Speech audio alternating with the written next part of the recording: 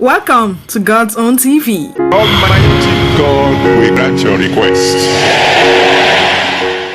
Ex-pastor cries out over breached agreement with Pastor Enenche. A former pastor of Dunamis International Gospel Center, identified as Pastor Abraham Daniel, has accused Pastor Paul Enenche, founder and senior pastor of the church, of failing to honor the agreement between them. Mr. Daniel on Wednesday told Sahara reporters that Pastor Enenche, alongside his church management, refused to provide for the replacement of his car, a 2004 Corolla, which was damaged in 2020 when he was accused of alleged blackmail against Pastor Enenche and his church. According to him, he was accused of embezzling the church funds through a post sponsored by the church on Neverland after he resigned from his position as a pastor. He added that he was accused also of defaming Pastor Enenche on Facebook, which led to his detention at Suleja prison in Abuja for 3 weeks. While commenting on the alleged defamation of character he was accused of, he said, "There was a write-up I wrote that time because they were intervening in my marriage. My ex was always going to them with my children and all of that. I told them to hands off of my family. So I wrote